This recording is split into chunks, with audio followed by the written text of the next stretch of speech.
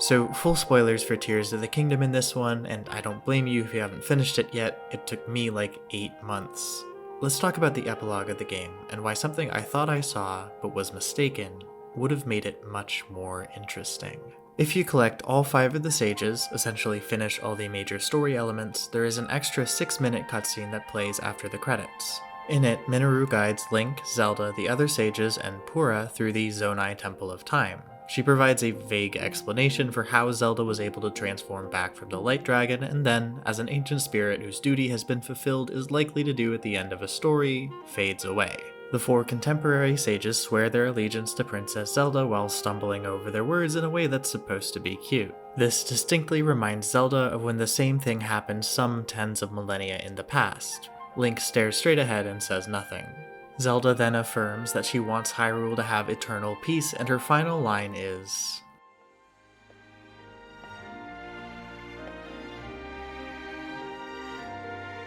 "Now and for all time."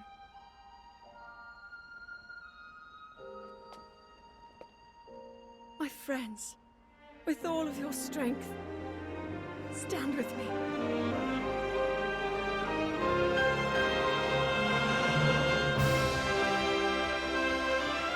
Then, in the final visual of what was for me an experience well over 100 hours long, the camera zooms out to a nice shot of the morning Hyrulean horizon. For a game that is in many ways a monumental achievement, this last scene is kinda nothing, right? Minoru is not a character that had a particularly strong presence in the story, so her dissipation isn't convincingly emotional. The other sages, charming as they are except for Yunobo, are underdeveloped as a rule in this game, and this scene doesn't add anything to them. Zelda being committed to peace and unity was already assumed, and there are no details given for how she plans to rebuild or improve her kingdom. In fact, if anything, this scene makes Zelda less interesting by confirming she has no memory of the eons she spent as the Light Dragon. She was just sleeping, apparently. This not insubstantially cheapens the sacrifice she made by transforming into the dragon in the first place, a choice that was by far Tears of the Kingdom's most interesting storytelling decision. It was supposedly a permanent transformation, but not only did she return to her original body, but it doesn't seem to have had any lasting toll on her whatsoever. Despite being 6 minutes long, the epilogue scene is thematically a subtraction from the game. As suggested by some YouTube comments, there are a couple clear missed opportunities. Minoru passing on the role of the Sage of Spirit to Purah is almost a no-brainer when you think about it, as continuity between the past and present is a major theme of the story, and unlike the other sages, Minoru doesn't have a direct descendant to inherit the role. Instead, Purah does nothing, she's just there, and Minoru does not pass on her legacy. Second, and this would be controversial, but having Link join in this speech might have been the only good time there's ever been to have him say words. We're gonna have to deal with it for the Zelda movie anyway, might as well rip off the band-aid now. It would have at least been interesting and justified the existence of this scene altogether. That little pause in the speech really felt like it was setting up some sort of surprise, but no, it was just showing that these characters are a little silly. Link is still awkwardly silent. Every little detail in how a story ends is a potential foothold to understanding its ultimate message. But I'm slipping right off this scene, there's just nothing to grab onto. Except for one thing. So as I watched the final shot for the first time, my eyes were drawn first to the horizon, and then to Mount Hebra in the distance, and then to the various sky islands, and then just as it started to fade to black, I noticed this very reflective body of water, and I thought to myself, holy shit, the castle's gone. Why would the castle be gone? From my understanding of the game's geography, I know the camera is looking from about the center of the map toward the northwest, which means that Hyrule Castle should be in the shot. I thought I had just seen a new lake where the castle used to be. Suddenly a foothold. Hyrule Castle is an extremely important landmark for both of the open-world Zelda games. In Breath of the Wild, it was the central location from where Calamity Ganon's malice sprouted and spread its corruption, remaining ominously visible from most of the vast overworld. In Tears of the Kingdom, it floated into the sky, and the final battles took place directly below and then above it. The first game's epilogue extensively featured shots of Link and Zelda staring at it from a distance. So what would it mean if in this game the castle has disappeared? Well, as the player thoroughly learns, the ancient purpose of the castle was to seal away the Demon King Ganondorf.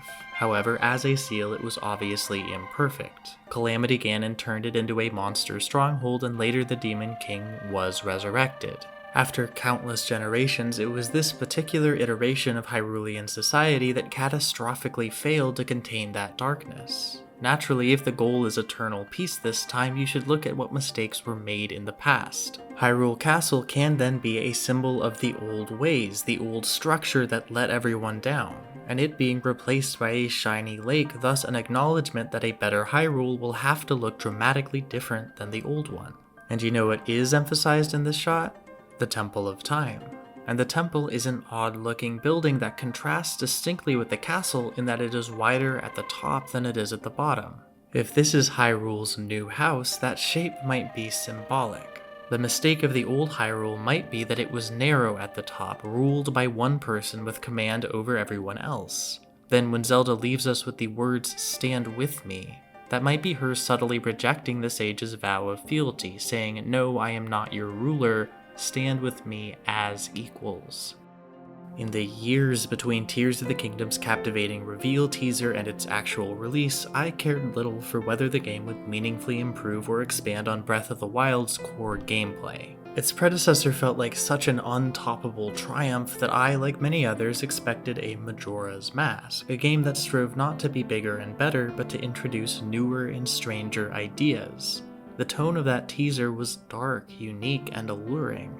Even if it reused Breath of the Wild's topography, surely the sequel would be challenging as a story. However, what we got in the end was something that, against all odds, was bigger and better. Its world, while sharing mountains and valleys, was richer and denser, with modes of exploration and engagement deeper than I could have imagined.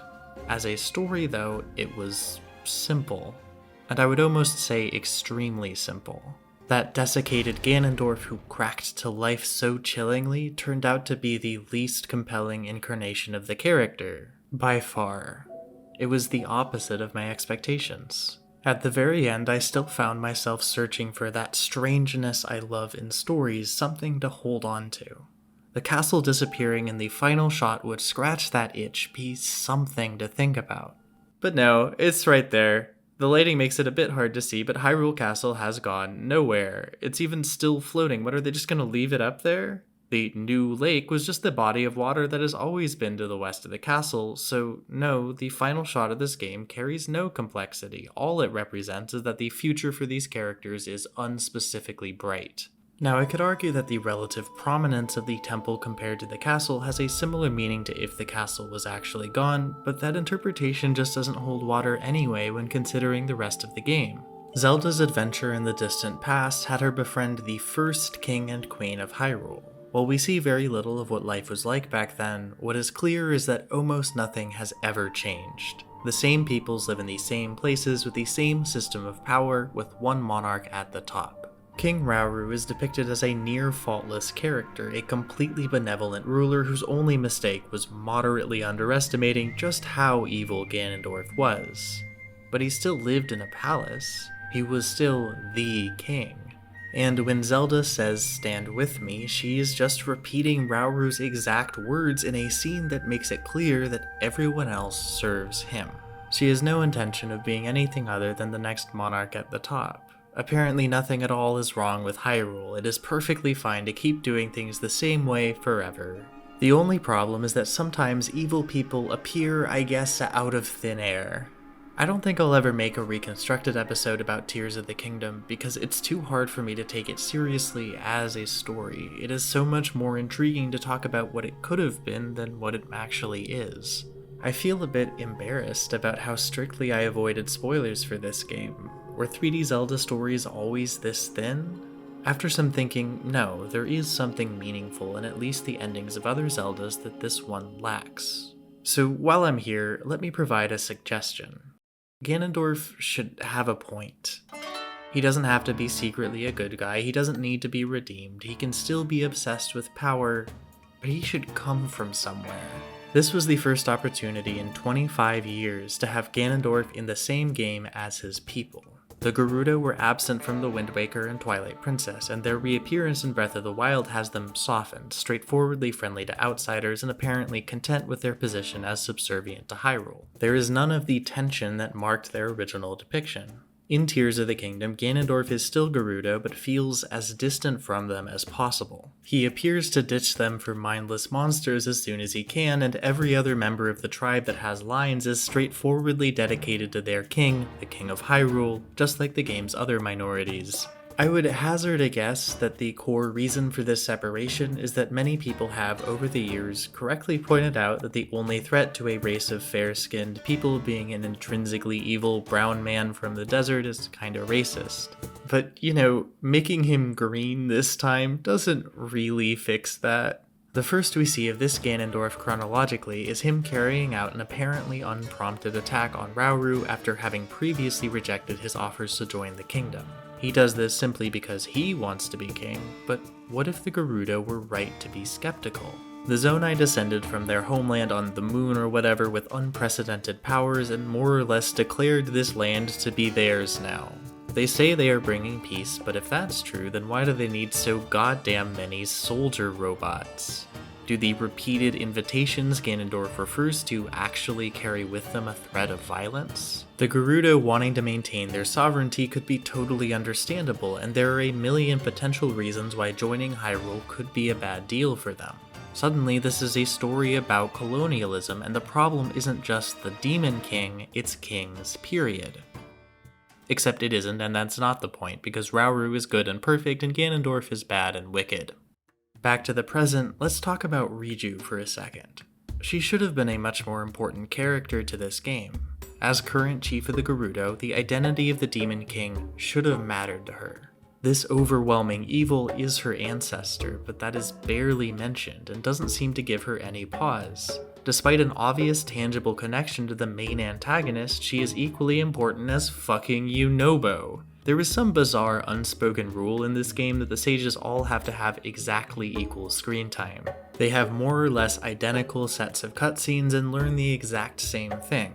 It is their destiny to fight alongside Link and serve Zelda. What if, instead of hearing the voice of an ancient sage like the others, Riju hears the voice of Ganondorf? What if he tells her that in the distant past, the Gerudo had been mistreated? This wouldn't have to mean that Rauru is secretly evil, it could stem from a cultural misunderstanding. What if Rauru, due to ignorance of the importance of their traditions, was going to force them to allow men into the village? That would certainly make their assimilation into his kingdom a lot easier. It's a mistake that would make sense for him to make, and it would also ground their hostility in something valid. Riju could still realize Ganondorf is trying to manipulate her and choose to fight against him in the final battle, but at the same time reevaluate her people's relationship with Hyrule. If it happened before, couldn't it happen again? After all, they are constantly being bothered by thirsty Hylian men trying to sneak into the village. Including Link! There are absolutely other ways he could have contacted the Gerudo in Breath of the Wild, but he chose to deceive them, essentially betraying their ancient and sacred cultural practices. Now, because of his important position in their ruling government, for diplomatic reasons they kind of have to let him prance around the village as long as his dick isn't hanging out. Riju could realize that, fitting for a very young leader, she had been naive to trust Hyrule completely, and her commitment as a sage could come only under the condition that her people are guaranteed certain freedoms. This would also give Zelda something she sorely needs, a chance to be better than her ancestors. Rauru had made a mistake that indirectly led to Ganondorf getting closer to power by taking advantage of his people's legitimate grievance, and she can finally fix it. Then in the epilogue, Zelda could instead put down her weapon and kneel before Riju, swearing that, now and for all time, the leaders of Hyrule and the Gerudo would stand as equals. Riju could look surprised, but then slightly smile, the game fading to black before she answers. But I'm writing fanfiction now. In the actual game, Ganondorf is indifferent to his people's modern existence and sends a bunch of insect mummies to murder them, I guess. Riju's only conflict is getting rid of the insect mummies. While I've become weirdly fond of this alternative plot I came up with in one sitting, my point is not that this is exactly what Tears of the Kingdom should have done. I'm sure it would have its own problems in practice, but just to provide one of an uncountable number of things the story could have done to give itself more texture. Zelda games always have happy endings, but often with carefully melancholy elements. Link saves Termina but never finds Navi. The King of Red Lions chooses to drown with the old world even though Link reaches out his hand. Midna shatters the Mirror of Twilight and doesn't explain why. And most iconically, Navi leaves through the open window in Ocarina of Time. That sort of sharpness in a narrative is kind of what I live for. To leave in a question mark creates a beautiful incompleteness, an invitation to the reader to re-explore and bring themselves into the experience, to find an answer that is at once true to the story and to you. Tears of the Kingdom seems to have sought out every question mark it could find and erased them all. Its ending is happy uncontroversially. The heroes who have never done anything wrong defeat the villain who has never done anything right. Not only do our characters not learn anything, there's nothing they even could have learned. Try as I might, I can't find that incompleteness. I'm slipping right off this thing even though I'm wearing the fucking froggy armor, god damn it! Despite all of what I've said here, I do not think Tears of the Kingdom is a bad game. Far from it. It does have magic. I enjoyed every hour I spent with it and easily recommend everyone experience it for themselves. The climax is as spectacular as any game could hope to be, and there are elements of the narrative I liked, particularly the draconification concept. And I could try to analyze what I think it means, but as I said, it is painfully undercut by the smoothness of the ultimate conclusion. Minoru passing away is probably supposed to be that sad touch, but she had essentially no personality or motivations. Doesn't cut it. The art direction, music, and gameplay just run circles around the writing. I wrote all this because I truly expected Tears of the Kingdom to be an interesting story, and it just isn't that. Not to me. One last suggestion, and this one wouldn't change anything about the game until the final scene. Let Zelda remember every moment she spent as the Light Dragon.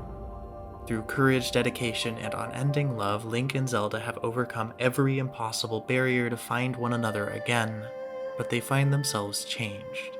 Zelda is now an ancient being, has seen the leaves fall from the trees more times than Link has seen the sun rise, older now than any human has ever been.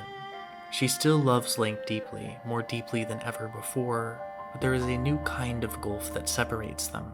They can still stand by each other, and they will, but they cannot be together in the same way they once were. Perhaps to love intensely is to accept equal intensity of loneliness. But then, as night falls, does Link climb down the well and uncover the dormant secret stone? Does he take it outside and hold it up to the moonlight, lingering in its glimmer?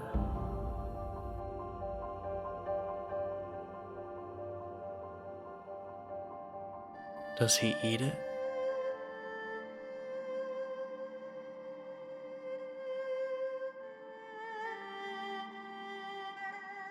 Would you?